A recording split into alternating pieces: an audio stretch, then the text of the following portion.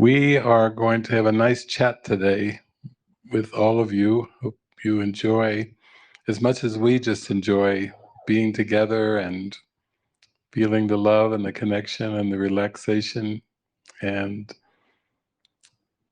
Joni has been a Course in Miracles student for quite a few years, and actually came down to a mystery school and just dove in. We were coming initially for a couple of weeks, and then... Well, I figured it was an easy out. If I got scared, I could leave. You could leave. Just planned for 2, and then you stayed for 6. Oh, I knew I was staying for 6 because my plane reservation was for 6.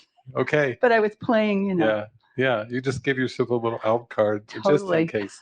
I did. Yeah. Well, that's so beautiful, because I think what we're talking about today, I think Eric put the title up, but actually we're just talking about authenticity.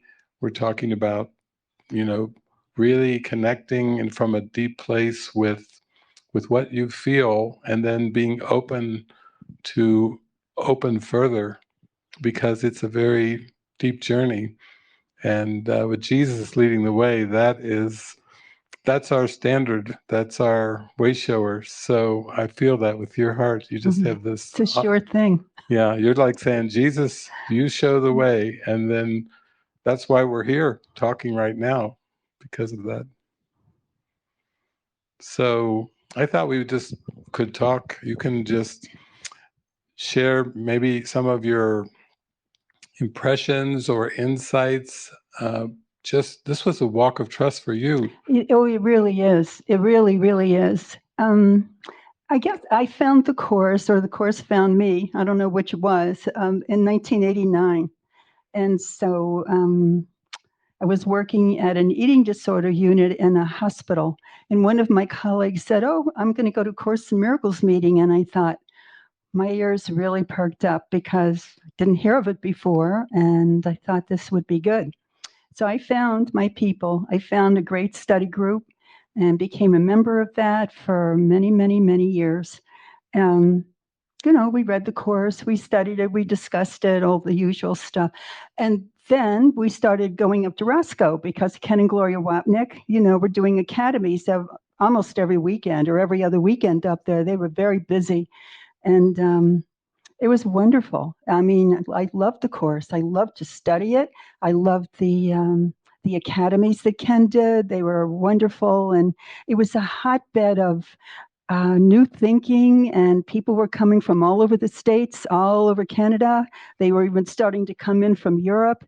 And so we went as often as we could go. And so until, and studied and, did all of those things.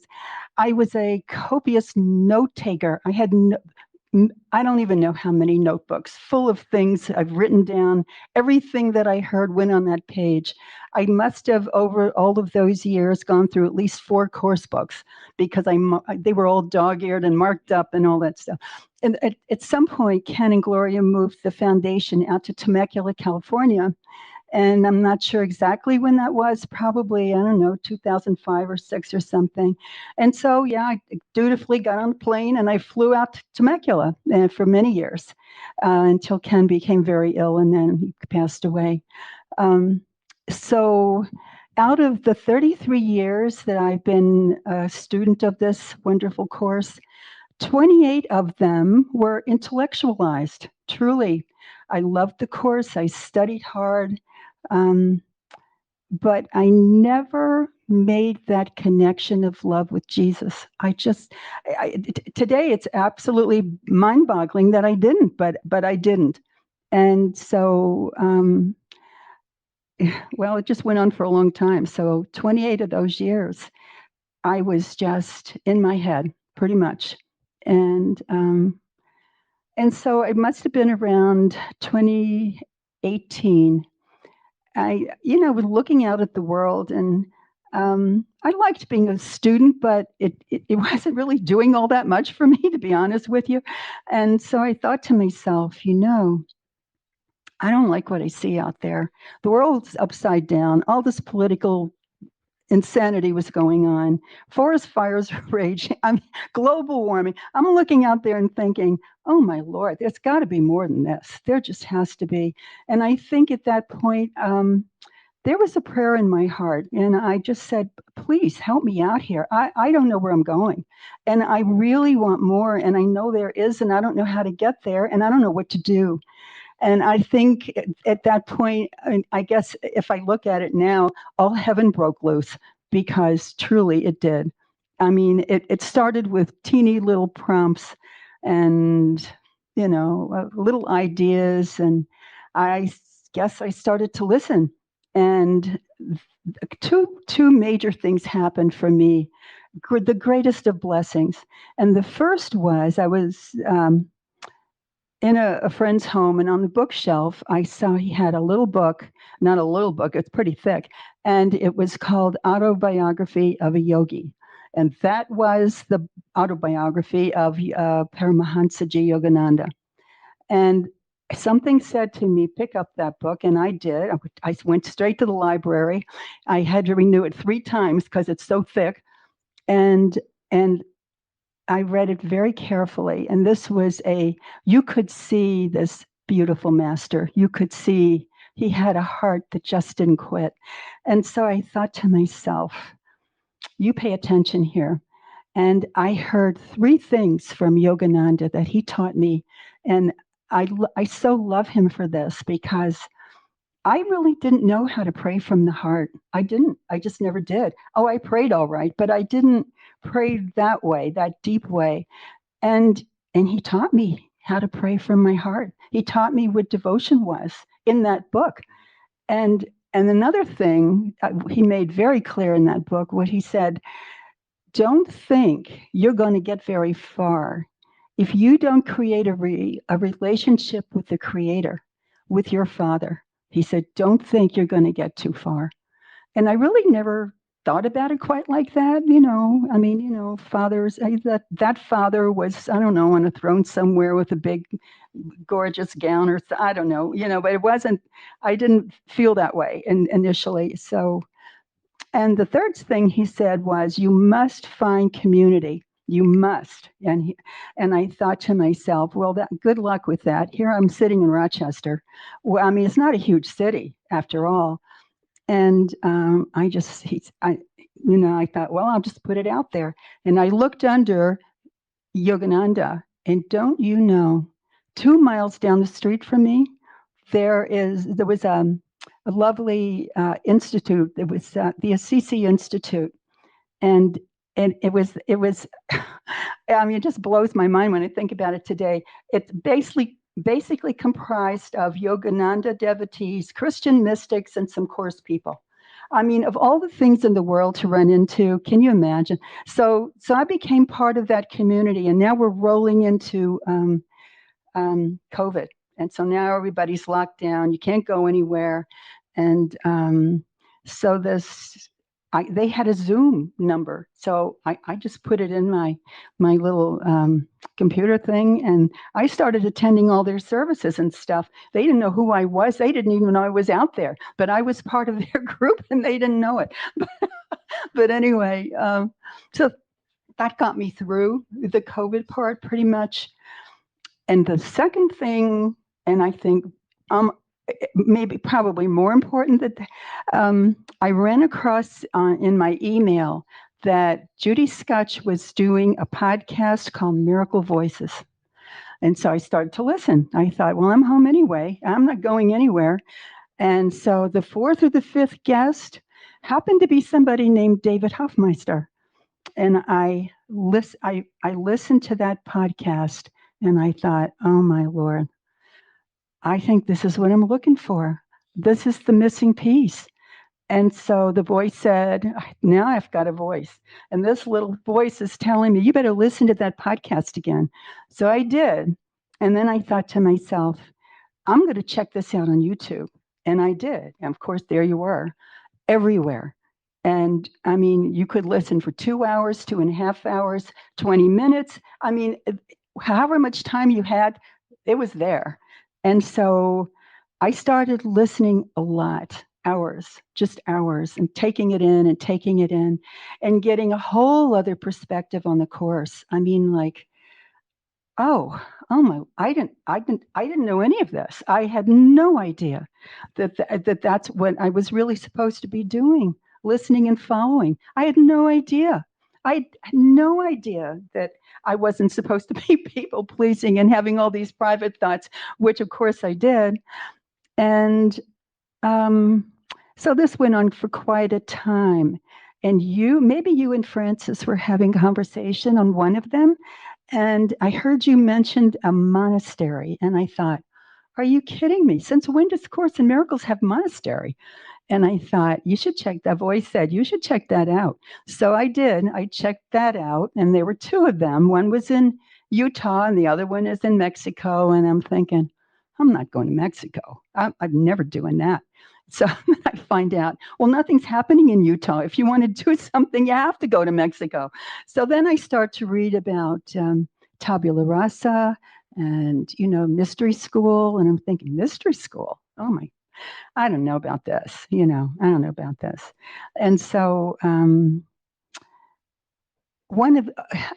might have been about a week later, I was looking in I just went out for my mail, and there's this great big yellow postcard. Some company was advertising something, and in big black letters, it said, "You are chosen."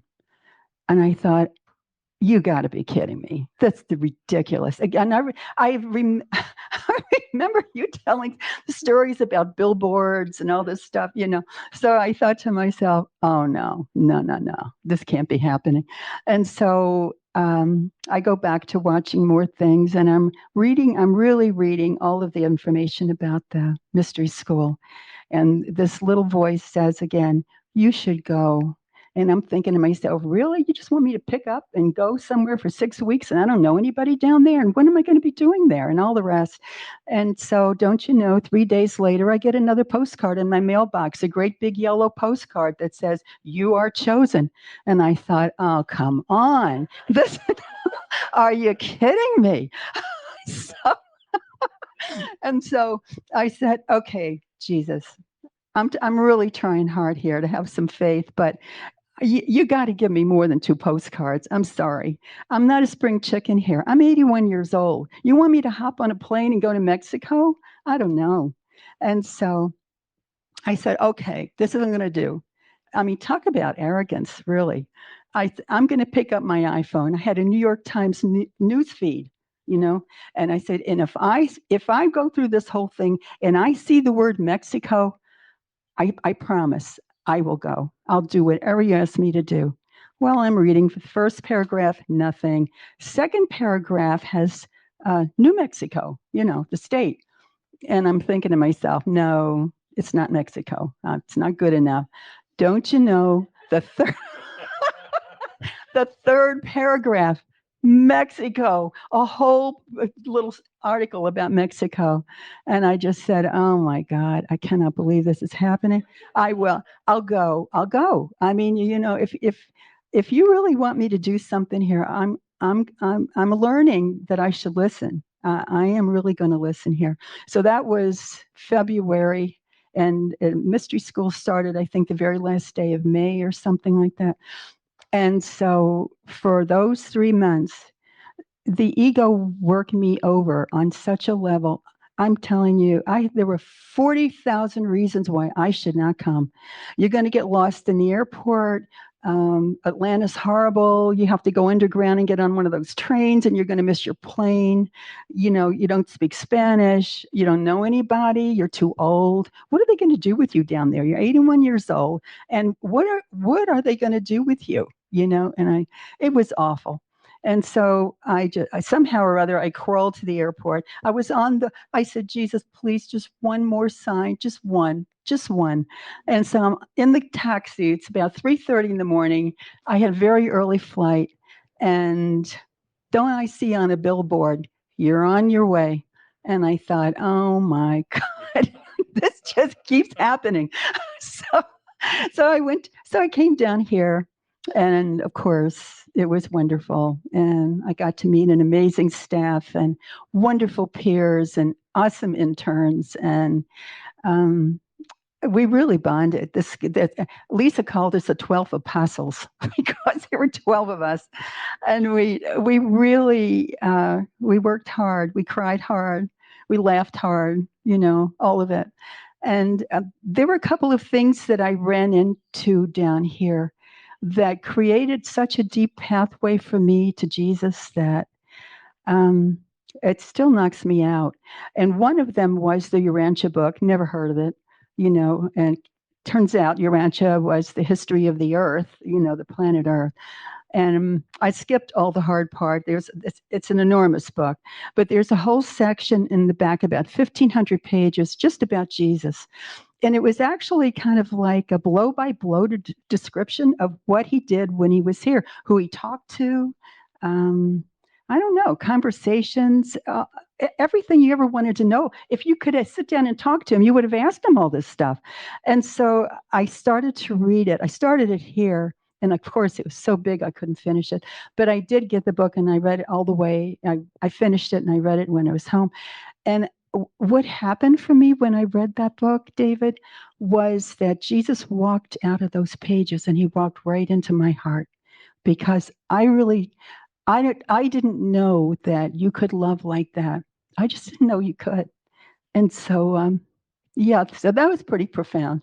And the other thing was, during one of the lectures, somehow or other, Eric mentioned a Hawaiian practice called Ho'oponopono. I never heard of that either. And so I went home, and I was telling my brother and sister about it. And my sister went somewhere and got a little booklet, and she sent it to me. And there's also wonderful music on, I don't know, YouTube or wherever, with the Ho'oponopono song, wonderful music. And so I used to sit on my bed, cross-legged, and I would turn the music on. And there's only 4 sentences in that sweet little practice. And one was, please forgive me, I'm sorry, thank you, and I love you. That was it. And I would play the music, and I would sit on my bed, and every face in my life flashed in front of me. Every single, from my 5th grade teacher that I didn't like, all the way up to my mom and dad, and my kids and my siblings, and and thinking of all the forgiveness things that I need, all the things I wanted to say to them, all the times I was sorry, all the times that I wish I had done something differently, all the regrets in my life. I mean, my first husband, my ex-husband, I mean, we had a very challenging life together and a very challenging divorce. And all I could see was him sitting in light. All I could just see was him being that. And so I really, I don't know, that really worked for me somehow or other. So, yeah, and so, I was home, after mystery school, and we all said to each other as we were leaving, how are we going to do this? Oh my God, how are we going to do this by ourselves? We have this enormous, this wonderful support system down here, and how is that going to happen? And in the meantime, right before I left here, my daughter, I knew she was going to have some surgery, some abdominal surgery. And so that was okay. I was going to go home and, be supportive and do all that. Well, we get home, she has the surgery, and the next thing you know, she's got 3rd stage uterine cancer. And I'm sitting there thinking, oh my God, are you kidding me? I remember you saying, don't think that once you say yes, it's going to be easy, because sometimes all hell breaks loose. And I thought, well, this is all hell, And so I kind of stunned. And I made a phone call to Susan. And I said, you're not going to believe this, but this is what happened. She basically took a bucket of cold water and threw it in my face. She said, that's an hallucination, right? And I thought for a second, and I thought, you know what? It is. It really is. And so she said, maybe you'd like to talk to Lisa. And I said, yeah, I think I would. So we had a conversation. And then I said, do you mind would it be okay if I wrote a letter to David? And she said, sure. So the next thing I know, I get a letter from you, very loving and kind. And at the tail end of the letter, maybe you'd like to come down for a couple of days. Maybe, a period of time might be helpful. And then Lisa offered an invitation to come. And then Susan offered an invitation to come. And I thought, 3 strikes and you're out. You should go. I had that voice again. It said, you better go. So yeah, I made reservations and took care of all of that business. But this was the thing. After that conversation with all of you, I could really see that this was my daughter's story. It wasn't mine. It really, and so I said to myself, you don't have to be sad or happy or angry or whatever you want to feel. All you have to do, you be the dreamer, stand outside and you watch this. And when she needs you, step in. And that's all you do. This is not your deal.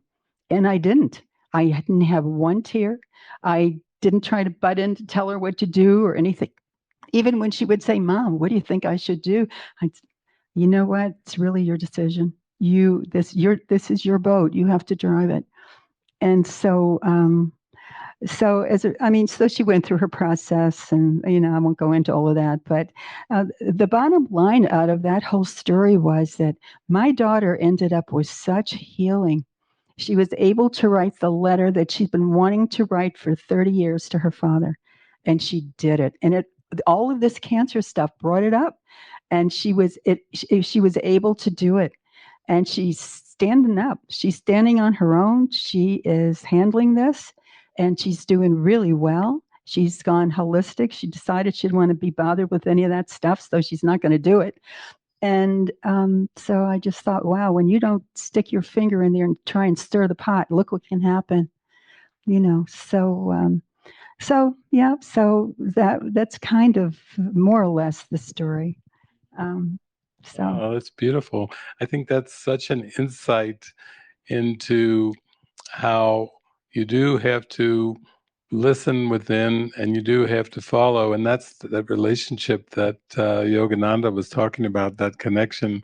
I don't think there's anything more present that makes you feel more connected than those little prompts. And, you even hearing that little inner voice and bunches of signs and symbols, you can't miss it. Oh, no. Signs and symbols, no. Bright yellow posters. Oh, I mean, it couldn't have been crazier. Billboards. And on the way here this time, it was even crazier because I was still having that's the other thing.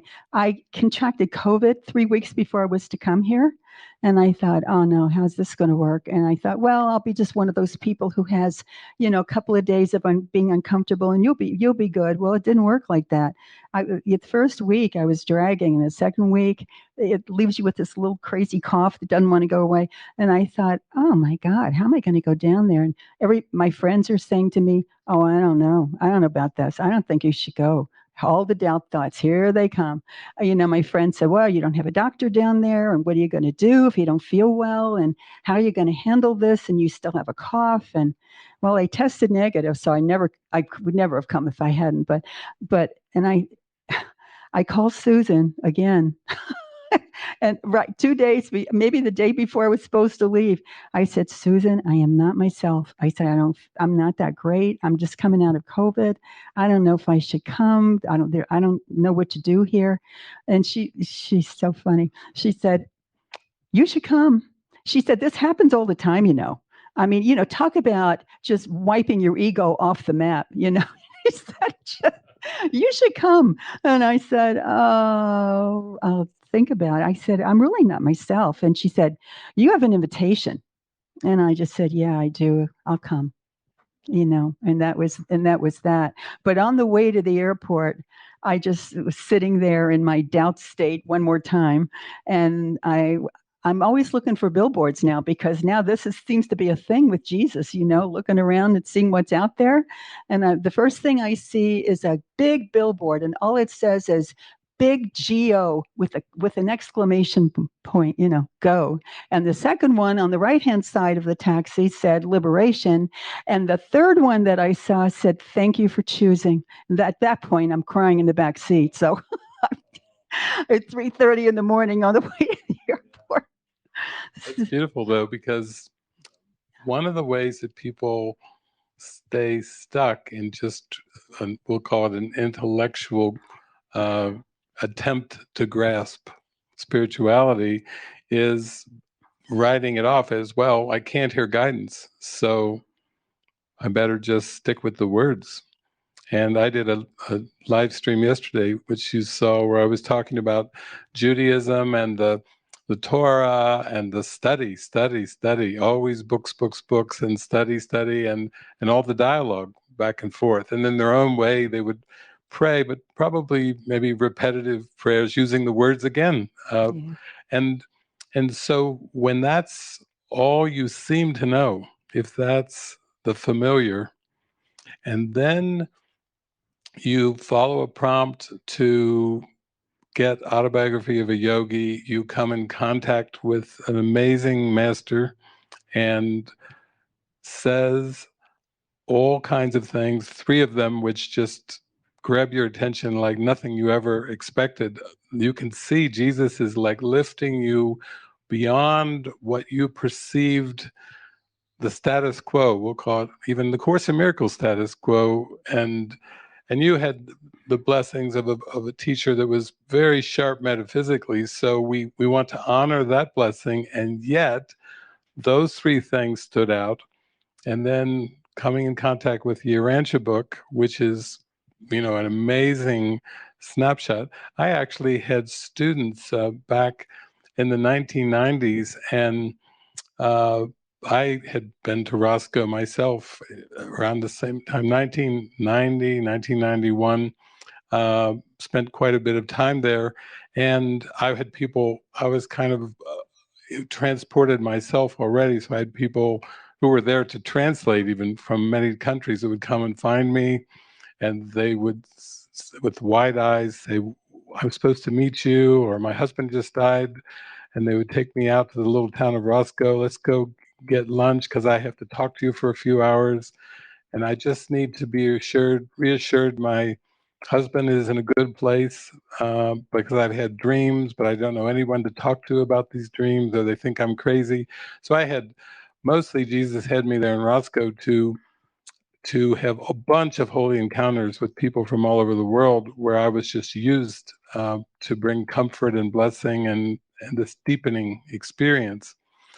But I see also that this experience of even what you read in the Urantia book, it was part of taking you towards a leaping off point towards a real devoted life. Because once you come in touch with the teachings and the writings of enlightened being, of a master, then something gets activated that before that wasn't activated. It does. It truly gets activated. Yep. And we're not talking about, necessarily the many words, the darshan or the shakti energy or the diksha or anything. It goes by many names, and even Christians could call it a born again experience, where suddenly their heart just expands and they feel Jesus. They feel a connection with God, like a direct connection.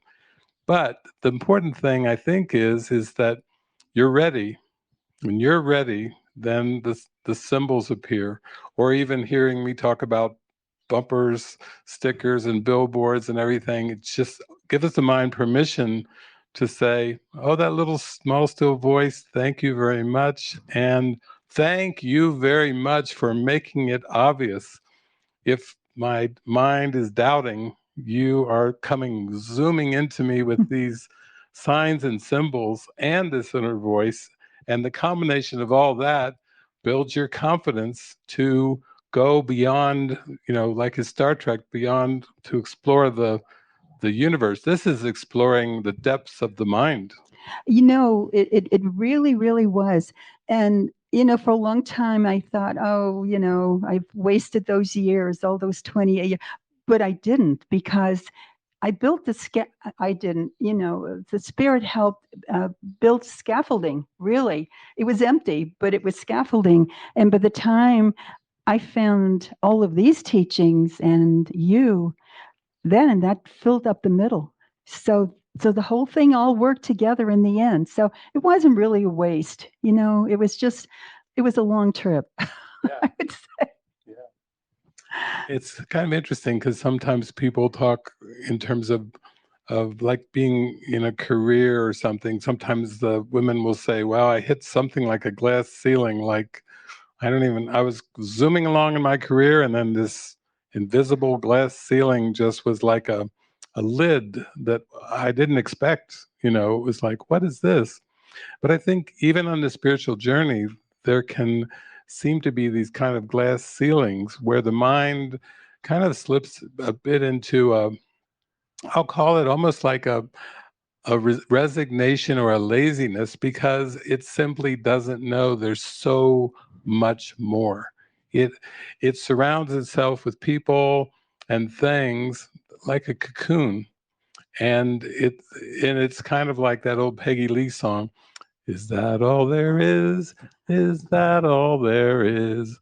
If that's all there is, then let's keep dancing. It's almost like make the best of it, based on what seems to be some kind of a ceiling. And oftentimes with A Course in Miracles, people don't really want to talk about enlightenment, or as Yogananda would call it, self-realization, even though I'd say the Course is packed, absolutely packed with focuses on that. Anyone who's read the section, the immediacy of salvation, be not content with future happiness, for it's not your just reward, for you have cause for freedom now.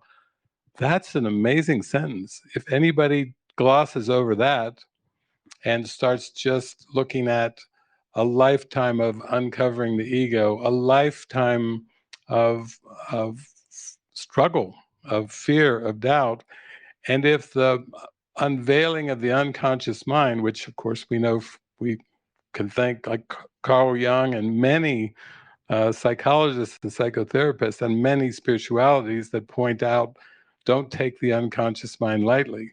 Certainly Ken would say that as well. Don't take it lightly. Absolutely. But the pierce through into what I call divine providence, where you actually feel you're being carried experientially by the signs and symbols, by the presence underneath that, by the guidance. Your testimony right there was peppered with guidance witnesses, just filled with guidance witnesses. Here I was, here's what I saw, here's what I did. I had the fear, I had the doubt, then this appeared, I called so-and-so, and this, then my daughter's diagnosed with third stage cancer.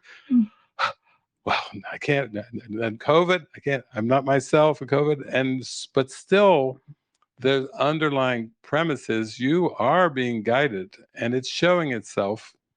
Even though there can be resistance at times, the guidance is still appearing. And when it comes down to that, when you even put it to the test and say, okay, I'm going to look through this thing and it has to have Mexico in there. New Mexico. No, not New Mexico. I said it has to have Mexico in there. And then boom, Mexico. Oh, but see, then you follow. And to me, that's part of the listen, follow, that I think when it's spirituality just becomes about the scripture or the study of it, or the trying to, I heard that for many, many years, where I would go and do these many hundreds, thousands of gatherings, and then people would say, I would share something, they would say, I get that intellectually, but, and I would say, well, the but contradicts the get that. If I said, I get that, but, then it's basically saying I don't get that. Why we have to have the but at the end. So you've kind of now, almost just without your knowing the how, just with maybe the deep burning passion to know God getting activated in these ways, it's taken off. For years, reading the Course, listen, some of it's not so easy to read in the first place with all the double negatives and the iambic, pentameter and all the rest of it. I mean, it's not an easy course to read in the first place. But now when I read those pages, I mean, Jesus just walks right in. He's there, right there. And I just couldn't do it before. I just couldn't get myself to that place. And as an amazing master teacher, and you as well, that both of you, as you and Ken are, I mean, I still didn't get it. I still couldn't grasp it. So what a grace, what a gift. It makes my heart so happy that I finally get this, that what are you really doing here? You have to do this work. You're not going anywhere if you don't do this work. You can't. So it's all about the truth, and it's all about asking, for me anyway, who am I? I want to be part of that Christ. I want that. I'm not playing around anymore. I fiddled around for 28 years. I am on a. I want to know the truth now. That's it. The end. So. Yeah, I think I have met people who have told me that they studied the course for many years or even decades, and they kind of missed that part about this is a course in mind training. I was interested in the masters from the Far East. I was interested in saints and mystics, and having read all their writings and all what they went through and how it was daunting in their experience, and dark nights of the soul and hitting a wall, and after they'd kind of let go of what most people would consider most of the world, then they went down into a hole that was very surprising. They thought it would be peaches and roses, and it was very black, and they wrote about it. So to me, that gave me a context. And then I think, though, I could really see what Jesus was teaching in the Course is the Holy Spirit needs happy learners. The Holy Spirit is the spirit of joy. The Holy Spirit's curriculum is a curriculum of joy. And I knew deep down inside that that was the key. But I think for my experience, like, I actually did not have trouble reading the Course. It was not a difficult book for me at all. There was one time Frances and I, we were in Australia doing a tour along the coast. And at one point, she just got the big smile on her face, and she looked at me and she said, you know that course back and forth, and it actually isn't difficult for you at all. In fact, I had a friend who I met in Roscoe who came from England, and she was in such a high state of mind with rosy cheeks and bursting with joy. And when we would go around, somebody would say, who wrote this course? And she would go, I did. And with the biggest sparkle and twinkle in her eye, not a bit of embarrassment, or she was just so elevated that she would say that repeatedly. I did, with that kind of enthusiasm. I did. And so, but Frances was smiling at me one day, and she just looked at me in my eye, and she said, you knew this course before you got here. It's like people are talking about struggling with it so much and the way that it's written and everything, and it's as if you already knew it before you got here. It kind of, or were used, and that's kind of the way my journey went, because prior to going up and meeting Ken and Gloria at Roscoe and going to the academy and so on and so forth, I had 3 revelatory experiences where I went beyond time and space. I went into direct connection with God, where the whole world disappeared. So prior to my first trip to Roscoe, I had 3 disappearance of the universe, full-blown, non-perceptual, directly into the light experiences. And therefore, I was kind of, actually, I wasn't struggling with the Course at all. Initially, when I got it, I used it as an oracle. where I would just pray and open the book and get my guidance that way for about 2.5 years, from like 1986 through maybe 1988 or so. And then the voice was loud and clear, like it was for Helen. That's an advantage on the spiritual journey. I would say. When you can hear it that clear, because it's not just like with Helen, it was like, what I said was this, what you wrote was that, now go back. And don't change don't change the words. It was Jesus working so closely with a very good scribe, but basically there was so much fear and resistance. It was like, what I said was this, what you wrote was that, go back and do this right. And of course she called it insistent, like sometimes tried to put the pen down and refused to write, or tried to lose the course, leave it in taxi cabs in New York City, and then it came back to her. I tried everything, she said. I couldn't get rid of the damn thing. She was not thrilled with the assignment. For me, it was like, it was so came to me, and through those revelatory experiences, that what happened preceding me to going to Roscoe for the first time. And I have dear friends in Rochester and parts of New York, all over really the world, but actually, I remember I was so into listen and follow at that point that it was, I think it was like 1990, and it was the winter time, and I actually was just wake up, do my course lesson, pray, listen, follow, use my oracle, and actually Jesus was actually guiding me by that time very specifically. So I remember thinking, yeah, I think it'd be nice to go to Roscoe. And I had a very beat up little car. I was living very simply, and I was following the guidance. I had left 10 years of university, and I'd left jobs behind. I'd undone from so many things. I was kind of really rapidly in that way. And then with these mystical experiences, I was confident and fired up. I was like swallowed up in the Lord at this point, before I go to Roscoe. So I'm thinking it would be nice to go to Roscoe, but I thought, this car, I don't even know if it'll make it to Roscoe, actually. It's a pretty good drive from Cincinnati to the Catskill Mountains. It sure is. Yeah. So I thought, that's a pretty good trip to the East Coast. And so Jesus said, well, this morning I want you to go to a yard sale. I said, okay.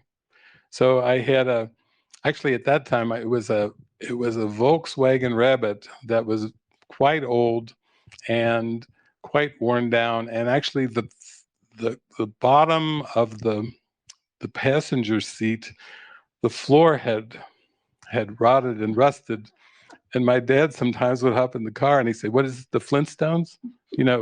Like, he said, I could see the ground outside. This was a pretty bad car. And I'm thinking, I don't even know if I could take that car. So I go to the yard sale, and I'm in my car, and on the way to the yard sale, it's only like 10 minutes away from my house, I was going, pss, pss, pss, it's sputtering. And I'm like, yep, this car is there. And then it sputtered and sputtered, and then it died right in front of the house where the yard sale was. And I mean, it went off, and it wouldn't. God, this is how Jesus is. This is before going to Roscoe. So I go there, I get out, and I go, and it's a yard sale, and I walk in the back, and the whole family is there. It's father, mother, and like 5 kids, and every one of them, the father, mother, and all the grown children, were hosting the yard sale. They saw me, and I would go up to them, and they go, I know you. And then the next one would tell them, we know him. We know him. Where do we know him from? They all swore they knew me, but none of them could tell from where. And I thought, because I'm just at this point, I'm thinking, what a recognition. I'm going to a yard sale. All 5 people, including the parents, know me, but they don't know me. So I strike up very friendly, happy, talking. I spend a while there. I'm just enjoying the holy encounters, which is really the only reason I go anywhere, is for the holy encounters.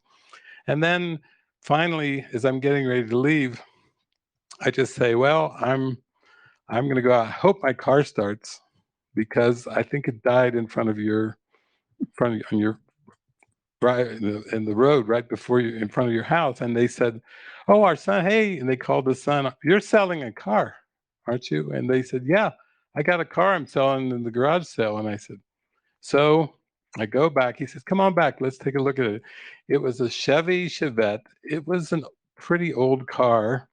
And he said, I'm selling it because I have to get rid of it. My parents want it out of the garage, and it needs a starter.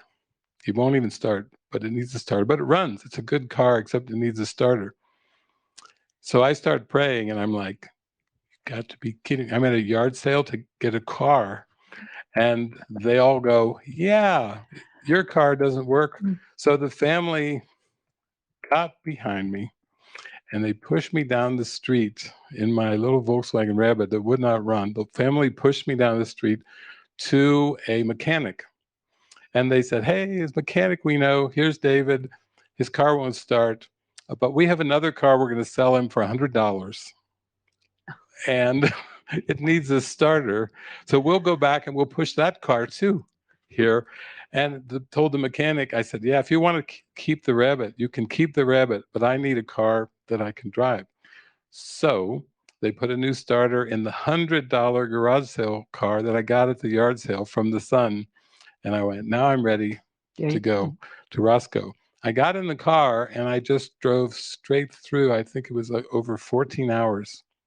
And it was snowing and ice was forming on the car. It was an old car, but it ran better than and that's how I got to Roscoe the first time, with lots of holy encounters when I got there, because there were very devoted Course in Miracles, amazing people. And my friend Dorothy, who she said, I wrote the book. She was in that state of mind, she, who wrote it? I did. She would say with confidence, because she saw it was just a reflection of her mind. So that began for me on a very experiential road to the Course. And then you and I have watched over the years, there was the copyright controversy. There was at one point, as I'm just happily traveling around, I think there was 7 concurrent different lawsuits going on at the same time, and people would ask me all about that. Crazy. Whose side, who's the right side? And I would say, what book are you reading? Who's the right side? What book are you reading? Where does it say take sides in the Course in Miracles in all of the pages? Or I would travel around and wars would even break out. I would be out doing so many gatherings, and I would just go from house to house, place to place, doing thousands and thousands of in bookstores, basements, barbecues, backyards, teaching what I would learn, letting myself be used to let Jesus speak through me as a conduit, teach what I would learn so my mind could be free. And then sometimes the war would break out, and Jesus would have me go to like a store where they sell TVs, and he'd have me walk through the store to pick up just enough information about the war that I didn't even know was happening, so that when I went to give the talk, it would be relevant. Jesus always wants to keep it relevant use of symbols. Don't put your head in the sand and pretend it's not there. Just let me scoop it up, like scoop up. And then it would be used very humorously. Or I would go down to Mexico, and one time I think I was in Monterrey, Mexico, and I noticed the people were so angry, even more angry and agitated than they usually are. And I said, what's going on? And they said, we are angry at our presidents. And I said, what do you mean your presidents? We're angry at your president, and we're angry at our president. We're furious, political, One time I went Francis and I landed in Sweden, rural Sweden, and we got there about a day late. And the retreat had started the night before because we had some travel delays.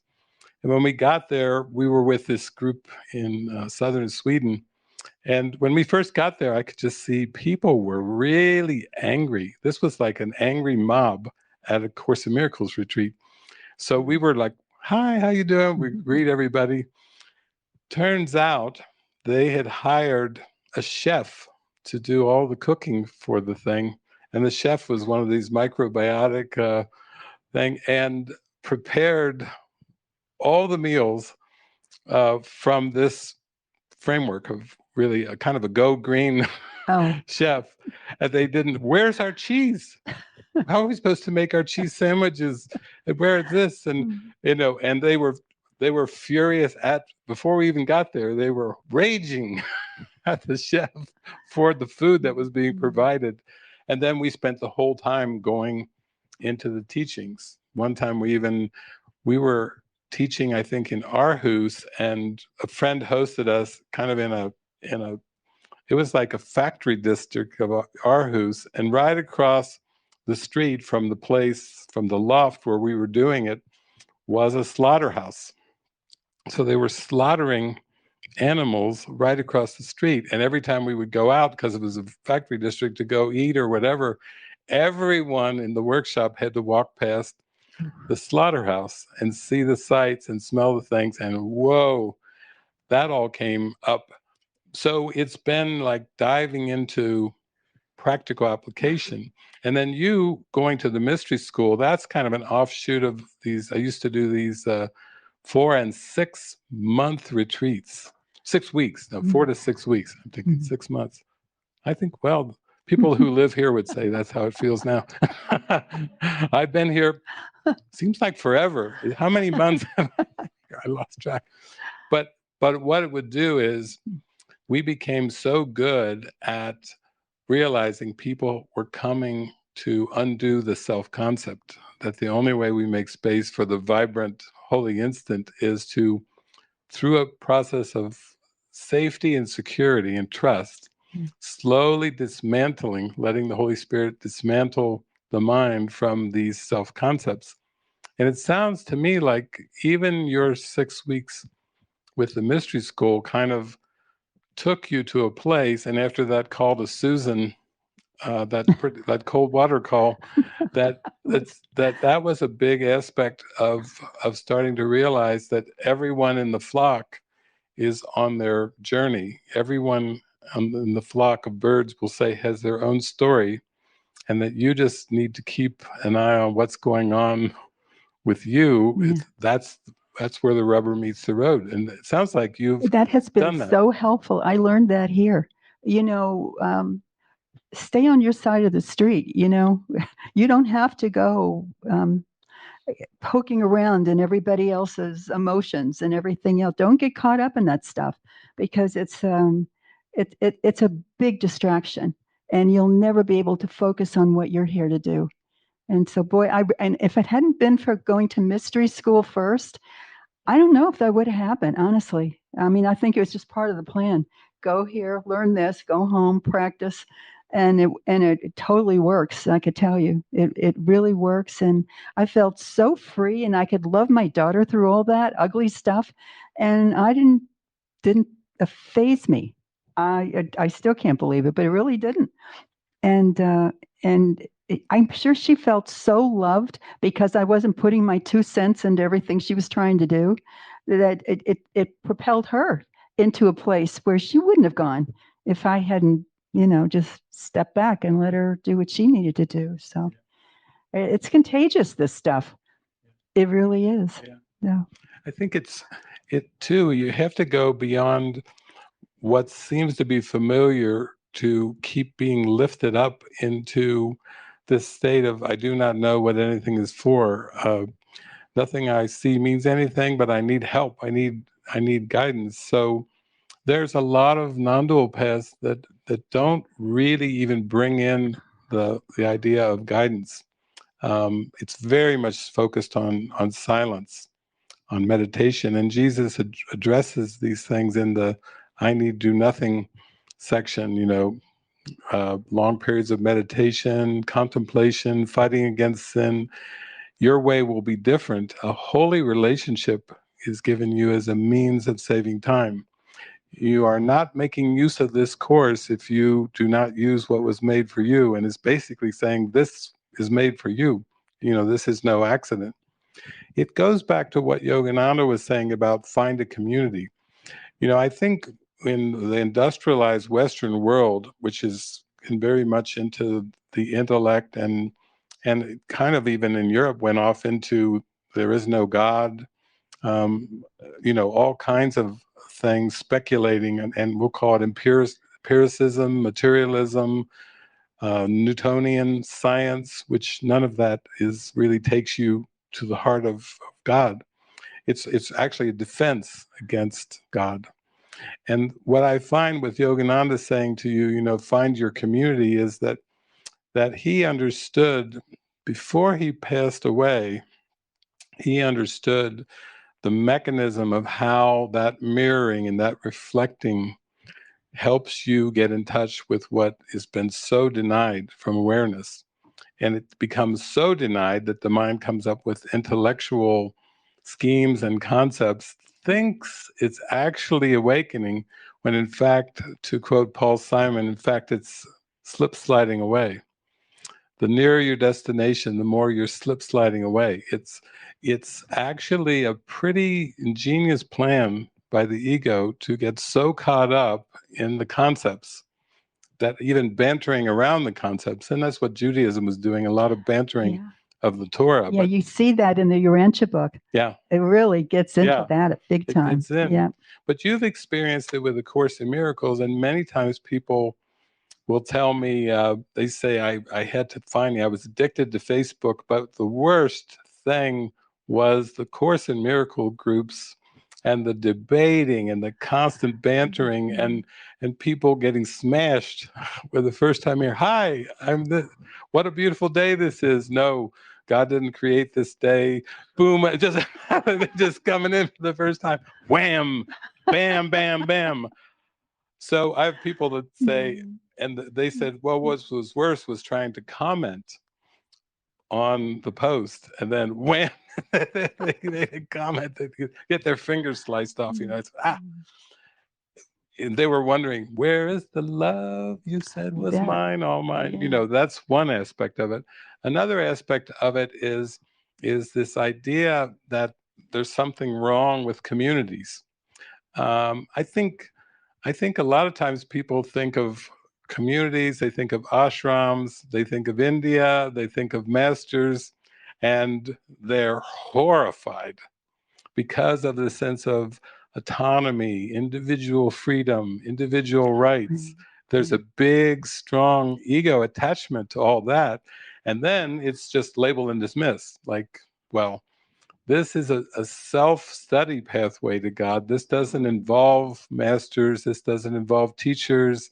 Of course, everything is a reflection of the mind, but a lot of label and dismiss goes on. Yeah. But I think it's like Jesus knows the prayer of the heart. When we're ready, it's just like it gets dropped in front of us, like Autobiography of a Yogi. Oh, no question. After all those years of studying the Course, there it just drops in out of nowhere. Where did that come? Yeah. And I think that's important too, because it's not that we have to latch on. In the introduction, it says free will does not mean you can establish the curriculum. It means you can only decide what you want to take at a given time. And then back in the Manual for Teachers, he says you can't even choose the form of the curriculum.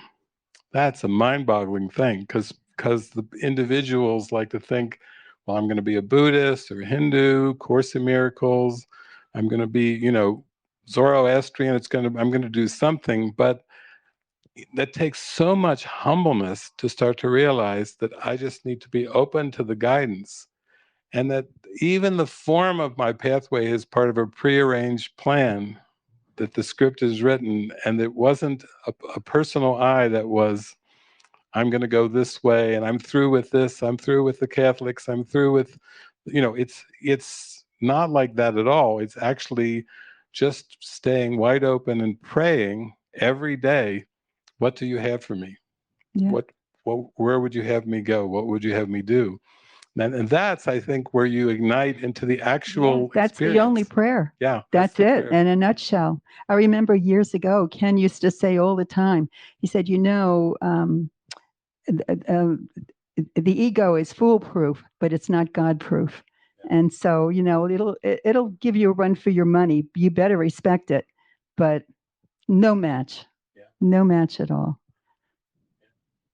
And even once Jesus uses the word like the ego is ingenious, but you start to realize that if you really pray sincerely and you really are open to the guidance and you just follow the guidance moment by moment that is given you, there's a simplicity to that. And it actually turns more and more, I think, into an ease. Like you start to relax into it. Like, it's not, my life is not my own. I don't have to figure out the future. Trust is showing me that everything that happened, there were no mistakes.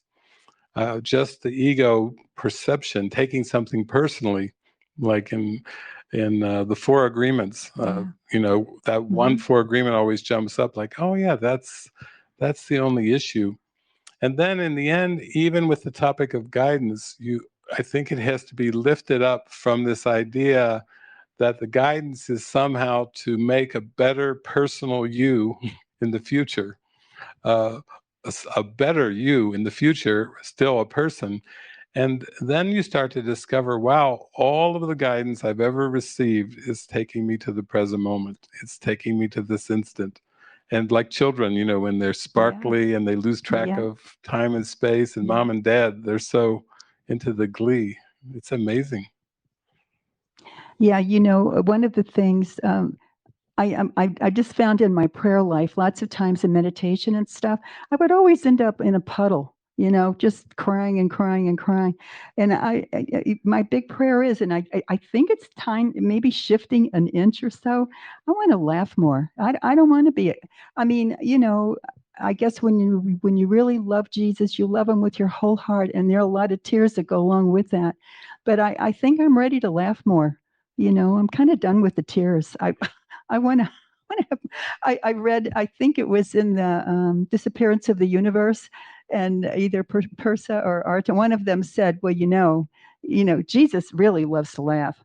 I mean, he really loves a good laugh and a great joke, and he is very irreverent. So don't get all caught up in yourself, So don't get political with your humor. Yeah, don't think you know anything. So yeah, I think from all the years of working with the course since 1986 and the 31 years of travel, what that did for me was help me just to get merge into the guidance. That's where you start to really feel in your heart, my mind holds only what I think with God, where you're not having the critic's voice chirping away, where you're not having this opposing influence just trying to always exert itself.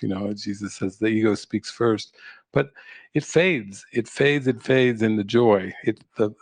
Perfect love casts out fear, and Jesus is perfect love. So the fear, it just disappears. And then it's delightful. Then it's like, that's part of the happy dream that is the step back to eternity. But I always feel like little by little, as we go into this deeper and deeper, that it's just such a surrender that you just get better and better at not taking anything personally, no matter what it is that you're experiencing.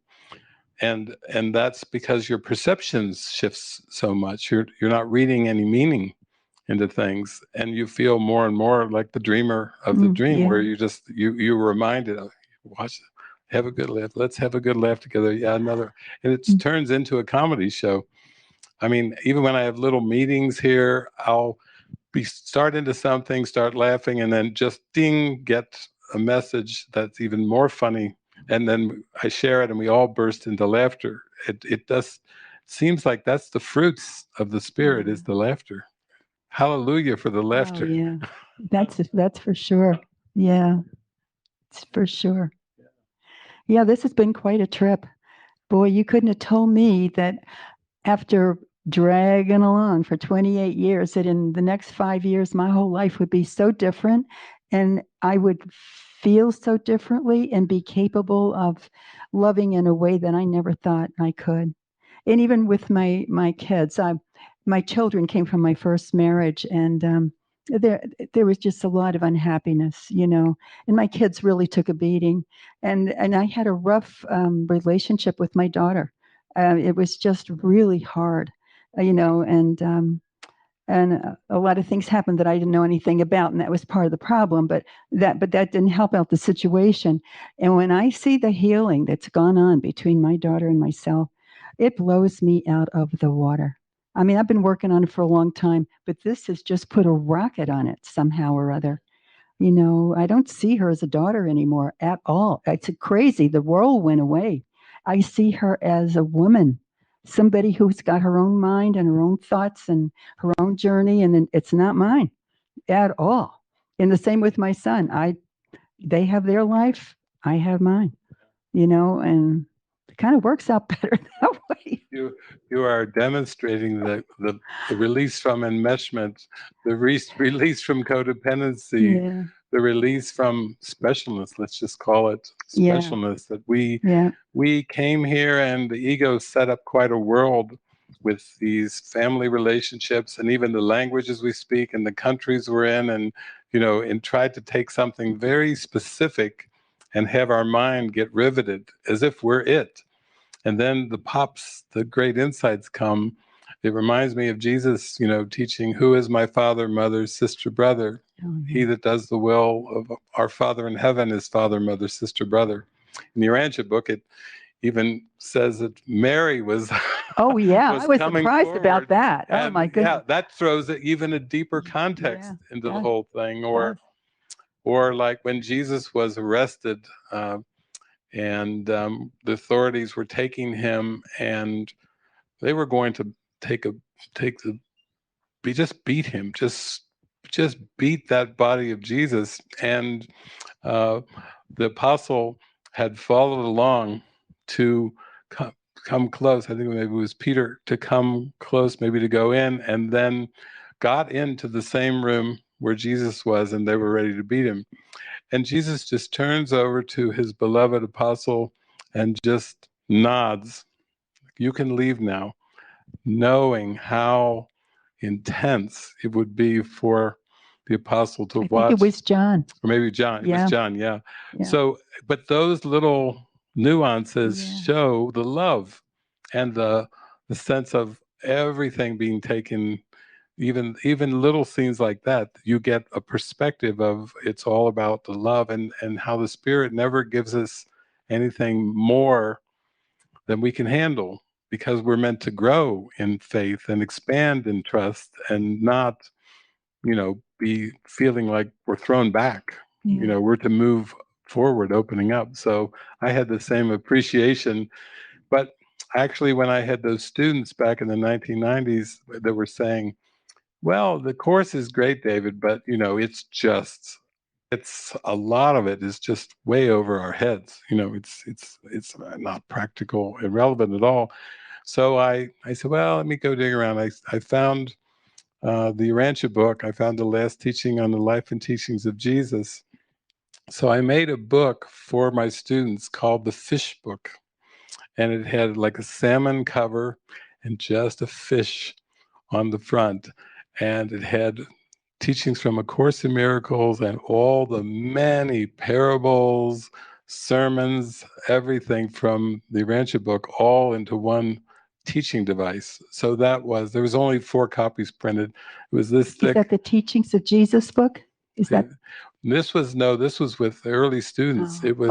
It was literally, I had the Urantia, the last section of the Urantia in with course teachings that I pulled to bring the metaphysics together with the examples. Because in the course, Jesus makes one reference to the prodigal son story, but not even going into detail. It's not a book of parables. Yeah. It's a book of fantastic metaphysics. And I think for me too, it's transfer of training. I know, like with Ken and Gloria, and like with many people, the temptations for lawsuits, the temptations to take a side, to take a stand, to, as he would say, be normal. But when you go into the depth of the teaching, in my defenselessness, my safety lies. If somebody smites you on one cheek, turn the other cheek. If I defend myself, I am attacked. If you really go deep enough, you go into mysticism, and you go into mastery. And that mastery is not going to look like normal. I always, when people say, or should we be normal? I say, well, actually look at Jesus.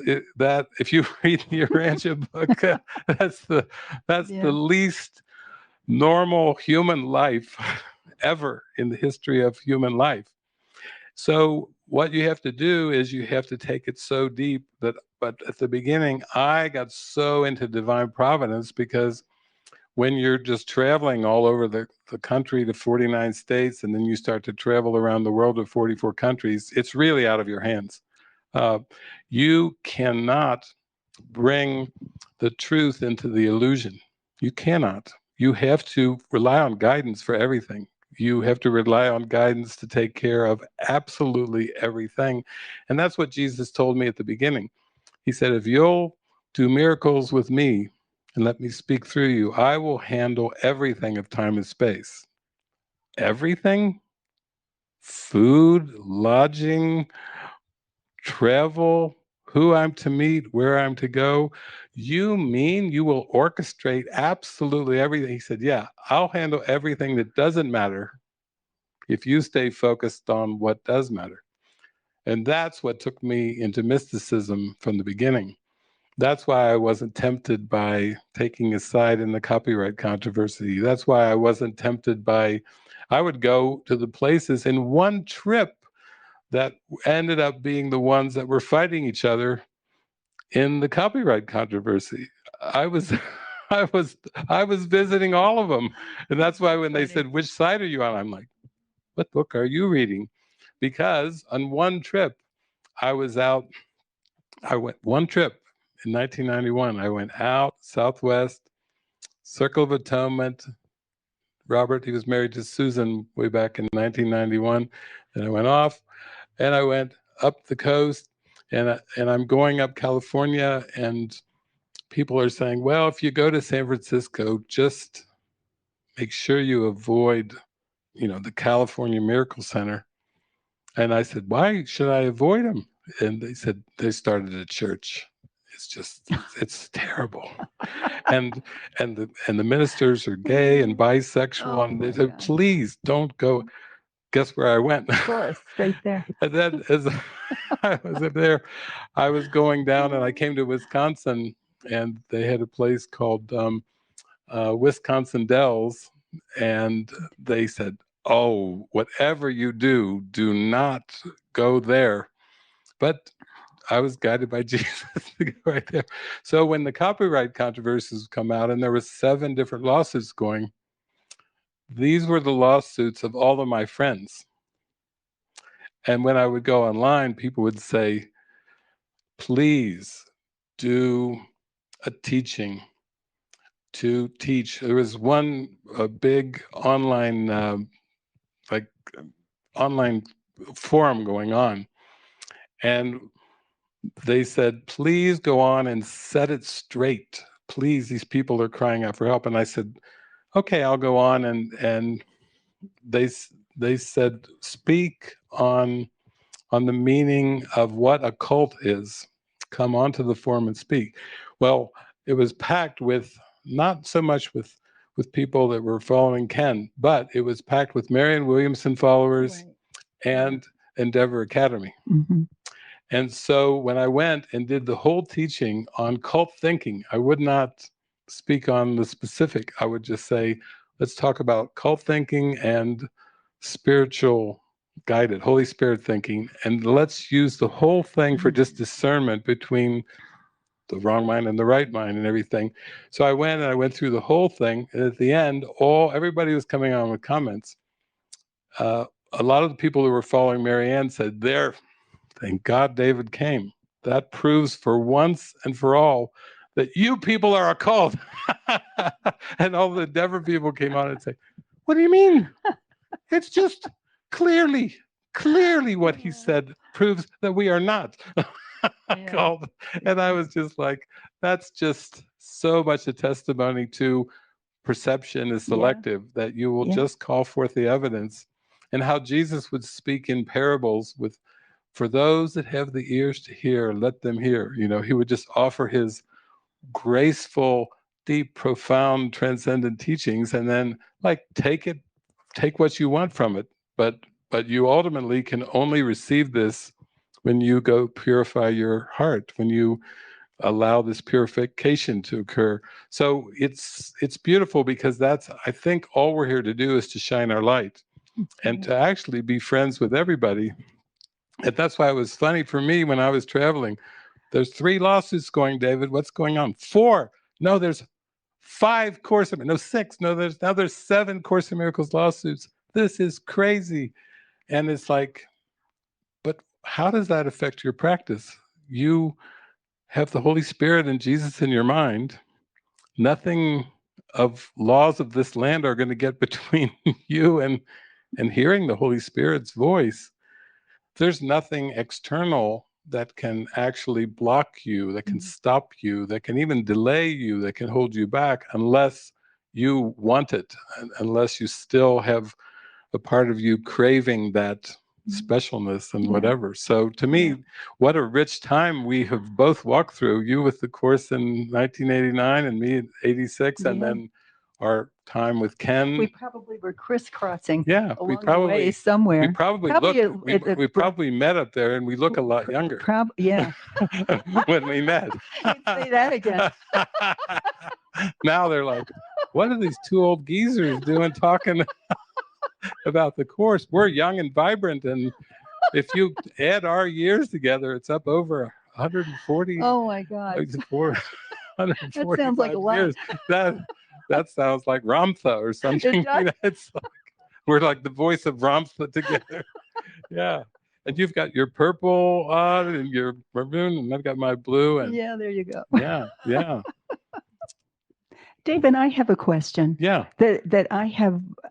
I'm not sure about this.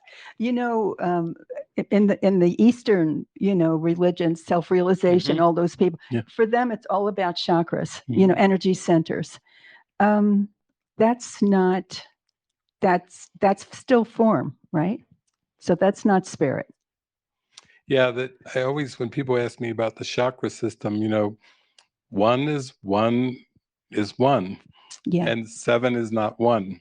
Yeah. And then when they say, but what about the Trinity? And I say, well, that's a good one. 3. The Jesus says in the Course that the levels of the Trinity do not interfere with one another. So here he is talking about the triune, the Trinity, the Father, Son, Holy Ghost, but he's saying there's so much harmony that it's really basically appearing as 3, but actually 1. It's 1. Yeah. And even the function of a creator, creation, Christ, and a bridge, we'll call the Holy Spirit the bridge. But then he says the Holy Spirit is actually an eternal creation. So once you wake up, you don't need a voice. The voice was just part of you believing you were in a far country of time, space, and needed help, needed guidance.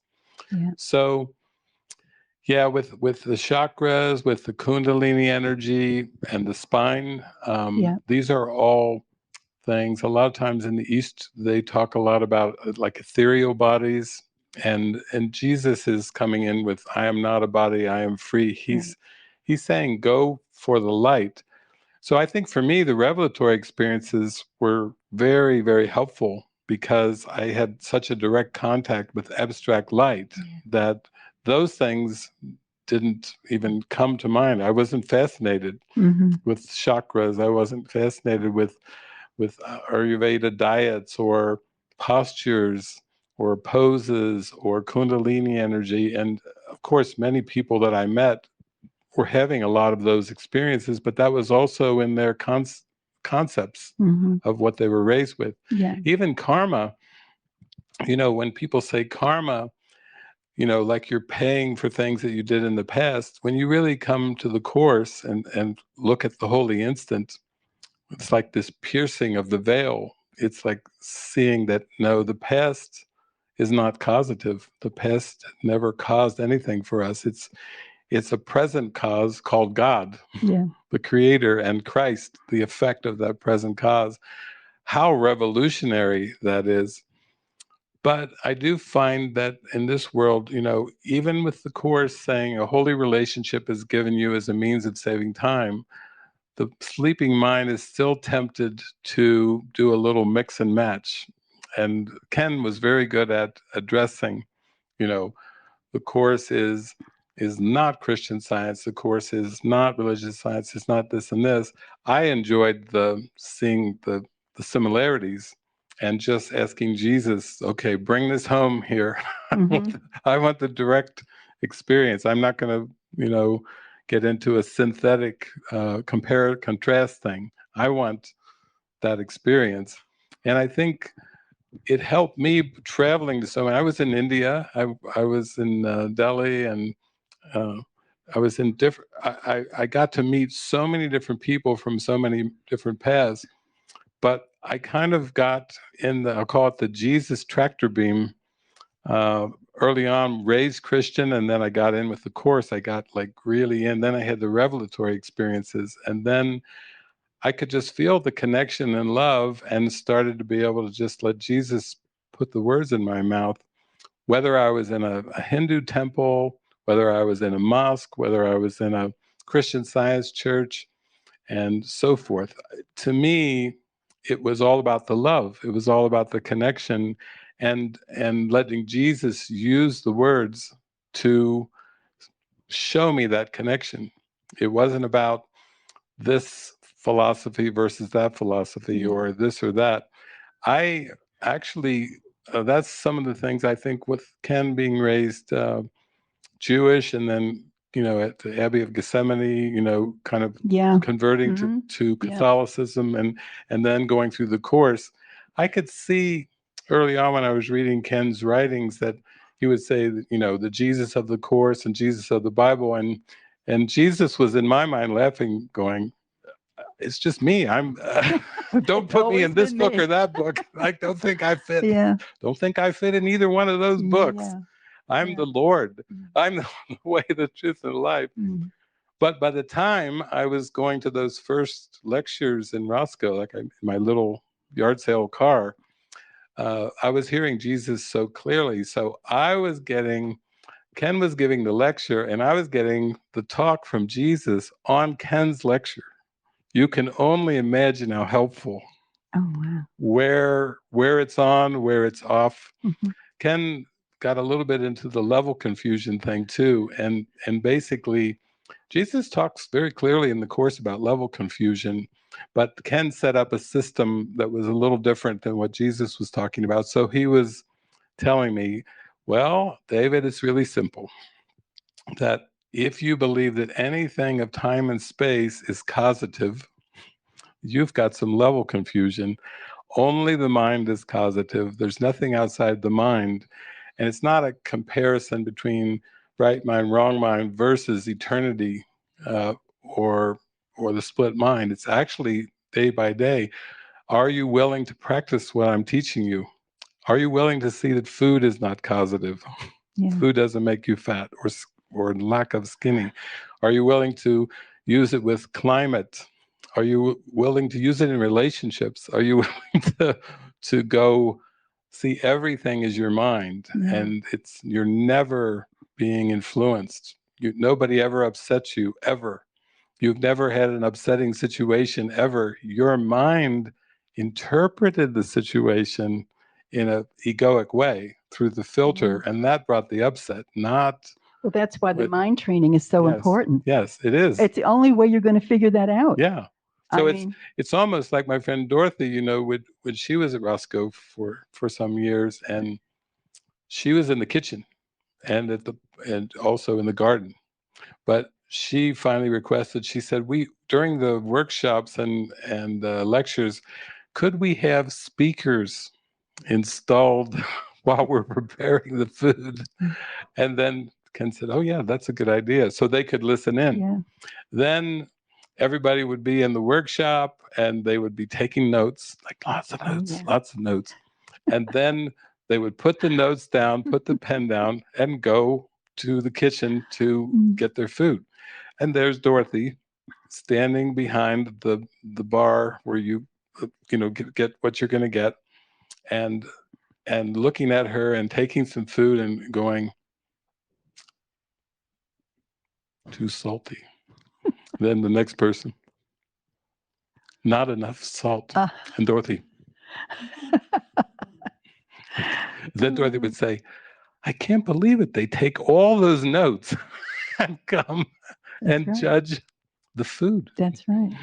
You see, it was kind of fascinating for her because she was like into practical application. And that's what you're bringing up here. The point of transfer of training is to transfer those brilliant teachings, those every day. What an amazing workbook lesson, but to transfer it to everything and everyone without exception. So it's so great, you're here, you say you're 81, but you're just in a twinkly, your eyes are twinkling. You're like a child who's just been given the keys. I do feel like I'm waking up. Yeah, you've now got the keys to transfer of training, which is so amazing, because then you get more and more feeling like everything's telepathic. You start to see things more like a mind that's like, does this thought feel good? No, it must not be real. Versus being a person. The biggest trap I find in this world is that there's a steadfast belief that you can bring the truth into illusions. And that's one thing that was so great with Ken over and over, the metaphysics. No, you have to bring the illusions to truth. But when you start to do it experientially, it gets kind of interesting. It gets really activated because you start to realize, wow, so all this time I was thinking of myself as a person in the world. And now this starts to loosen. I start to have these signs and symbols showing up. I start to have these deep prayers, these deep meditations, where I start to realize that you can't really spiritualize matter. It's like Mary Baker Eddy was teaching. Yeah. There's no mind in matter. There's no life, truth, substance, intelligence in matter. But experientially, wow. Talk about a whole new world, a new fantastic point of view, like the Aladdin song I was singing yesterday. That takes us into like an exciting adventure. And I think that's what you're witnessing for me and for all of us, is that here, 28 years of thinking, I'm on my way, I'm on my way. And then suddenly, out of my he's really on his way. What devotion, woo, whoa. Yeah. And then the steps come, even to the mystery school, and all the thoughts about, I'm 81, or I'm this, and how will I deal with this? And it's Mexico. My God, Jesus doesn't really want me to go to Mexico. When I first came down and did my first, retreat in Guadalajara, and some of you have heard the story, but a friend of mine, there was actually a man from Cincinnati who was supposed to set up 2 gatherings in Guadalajara, and he just forgot about the second one. So after the first one, we were like, okay, where do we go next? And he said, what? And we said, for the second retreat. And he said, whoops. So we came up to Ajijic, which is right here, and I stayed with Reverend Tim and this and that, and I was just praying, meditating. Okay, go with the flow. All right, that was great. 1 retreat.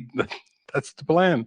So I'm here, and then right before I was leaving, there was a big real estate book that was there in his house, Reverend Tim's house, and Francis and my friend Suzanne were there, and Suzanne and Francis have been with me for years. Suzanne just said, please don't let David see this book.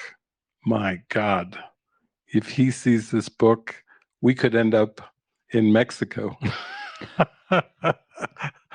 She was raised Mormon and United States, the same kind of feeling like Mexico. So I saw the book, I opened it up, and this was the house. And I said, can we get in to see it on the way to the airport? And thus, again, Jesus's plan, dropping things in, totally unexpected. And, eventually, yeah, it kind of, it works well down here. But also, I think it's the perception of time, coming down here, mañana, Yeah. and it's a different perception of time, which is just proving Einstein had it right with his relativity and the things I showed that Saturday. This is like an experiential training ground for the mind. And I always say, I joke now, I say, well, when you really get like 90% through your mind training, and the last 10, the ego is going to take a stand like the Alamo, like you're not going all the way with this. I'll get you in the end. Then Jesus counters with, I'll send him to Mexico. And then you come and you go, holy moly. Nothing, you can't count on anything of the world. And Jesus is like, good. You're getting it. You're getting there. You're getting there. Yeah. Yeah. So it's a great, joyful adventure. And I just want to thank you for coming on to do this, because we're just doing this for the whole universe. It's just fun. It's just fun. Yeah. I knew we would just have fun today. I know. We did this much preparation. None. Zero. I was wondering about that. That's our 145 years of experience, yeah, right. and zero preparation. The over the hill gang. That's the over the hill gang. Let's get the geezers out there and have some fun. So I guess, yeah. Can you say anything about Kundalini or energy in general?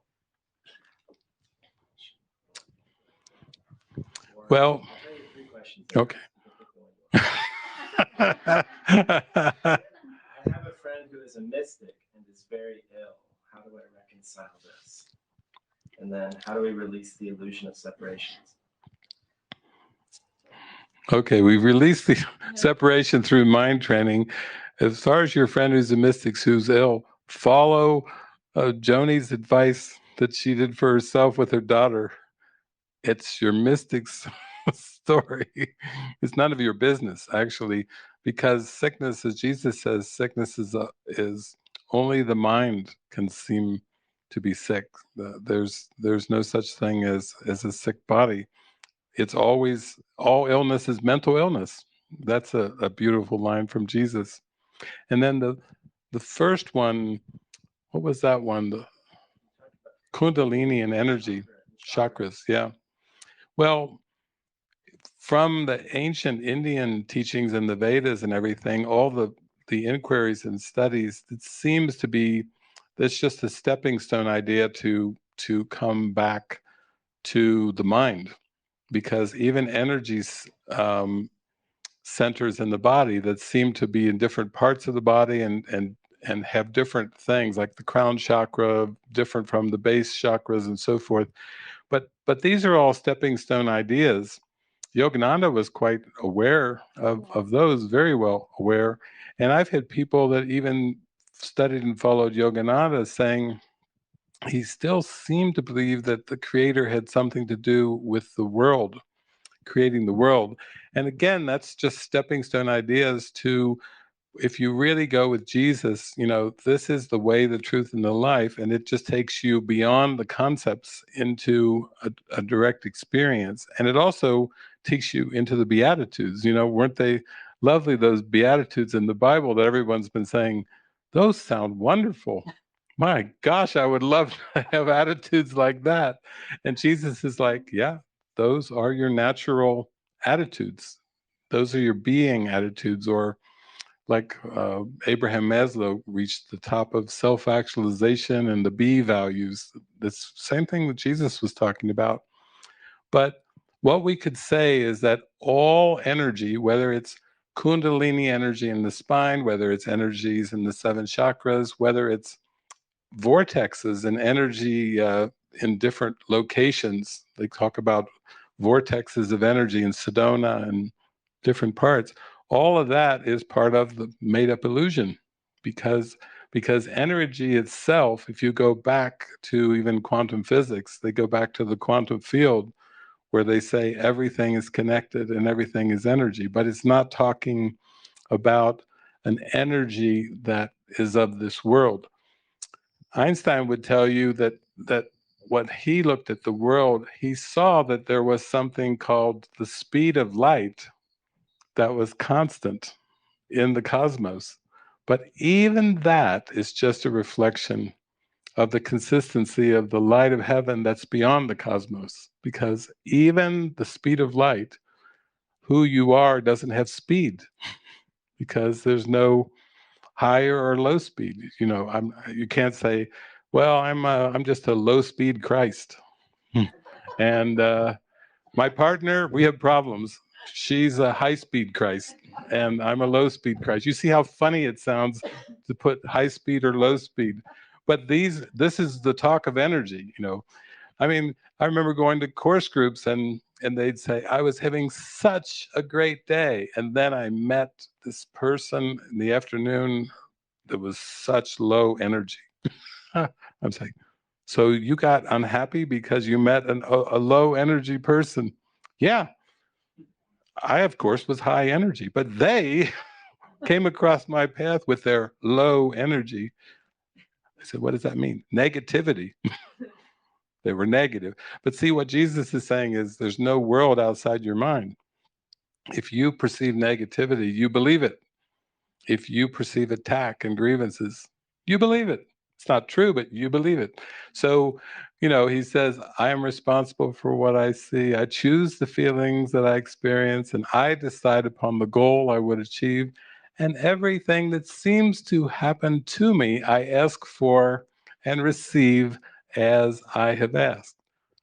Whoa, you can't be a victim if it's all your mind. There's no victimization in one. You need two. You need an inner and an outer. So to me, that's why I say the whole workbook of A Course in Miracles is to collapse the belief in inner and outer. Wouldn't that be a fun realization, that there is nothing outside of me? And that me is a beautiful mind that is the salvation of the world. The salvation of the world depends on me. I know that sometimes the very sincere Christians will read that lesson and go, well, that's only Jesus is the salvation of the world. And how can you say the salvation of the world depends on me if Jesus is the only savior? And then Jesus is in the mind saying, you're me, I'm you, we're the same one. You haven't realized it, but but you will. It's your destiny to realize that there's only one of us. And that's a deep teaching. Now, to practically live that every day, when you're on the highway and someone cuts you off, you're me. Oh, thank you. Thank you for cutting me off. Thank you for not blowing your horn or turning on your turn signal. Thank you. You know, you start with starting to throw your bubbles of blessings towards everything, because that's forgiveness, is that the atonement is the awareness that the separation never happened. And if it really never happened, then what is this grievances? What are these preferences? Do you know what I noticed? Well, a while back, that, you know, when you see something that looks horrific on TV or something, or somebody's condemned to whatever, or like Dead Men Walking, like the other day, I'm finding myself not seeing them guilty anymore. There isn't any. He didn't do anything. Yeah. You know. Yeah. That starts to turn on, and you say, "Wow, yep, nobody's guilty here. Yeah. Nobody." That's the greatest. Yeah. Because we're just to remember the innocence. And so I think it comes with trust, though. I mean, you following these signs and symbols, you know, starts to build this feeling, like really deep feeling that I'm really cared for. Yeah. Even with my preferences or even with my doubts, it doesn't seem to matter to this holy presence. It still continues to provide for me, to show me the way in pretty obvious ways. 3 signs. Can you imagine? Yeah, just before you came down here. Those are amazing. And it's important to share that too, because then when you share it, then I think someone says, oh my gosh, I need to pay attention to the signs. Even if I'm not hearing an inner voice, I can pay attention to the signs. Joni's doing it, I can do it too. She looks like she's having fun. She's 81 and she's having fun watching signs, and I can do it too. You see how it builds the confidence. Yeah, that's so beautiful. It does make it fun. It does. I did say that one time. I said, why shouldn't awakening be fun? Yeah. Why do we have to hold it so darkly? And of course, you have to just acknowledge if it seems dark, then there's obviously a lesson there. But then once you kind of get into the flow of listen, follow, then if the Holy Spirit needs happy learners, that must mean that you just are a willing learner, willing to follow the guidance. Yeah. Merge with the guidance. Yeah. Right before we did this, when you said we're going to do something together, of course, all the doubt, of course, it all came rushing in like, oh my God, you're going to make a fool out of yourself. You don't even know what you're talking about. Here we go, all of it. And I woke up at 4:30 in that morning. I shared it in the group the other day. And just these icy fingers of fear, that everybody's experienced that. And like somebody squeezing your heart. And I heard that voice say, you don't have to listen to that. You don't have to listen. Don't run. Don't run. And I thought to myself, yeah, I don't have to listen to that. I'm not going to run. You shifted gears real quick.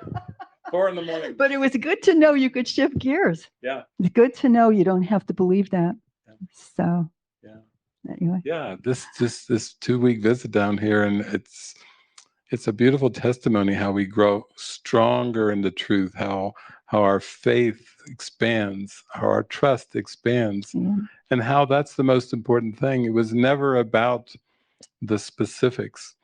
I really like that part where after the whole bringing the course in that Helen did, and then the whole publication thing, and years and years, that before Helen passed, Jesus just really told her heart to heart, it really wasn't about the course. I love you. And it's like, oh my gosh, that puts everything into perspective, even our collaborations and everything that we seem to do together to shine our light. It's all a big, I love you. And that in the end is the one thing that has the meaning. That is the meaning. That's huge. Yeah. Yeah. And you do feel that love. Yeah. You really, really do. Yeah. Just want more all the time. Yeah, I know. You have tears of love and joy rolling down your cheeks and like uncontainable feeling. That's right. Yeah. Okay. Well, thank you everyone for joining us, and such an honor to be here with all of you. And I always liked that when I would travel around to meet people who had been into spirituality even for a long time. I would just be there like a sponge, just sitting at the kitchen table, having a cup of coffee, just smiling and thinking, thank you, God. This is saving me thousands of years. This person has walked through. Now I don't have to walk through it. I have a nice lunch with them, and then I just Alpha and the Omega are together. Okay. Thank you all.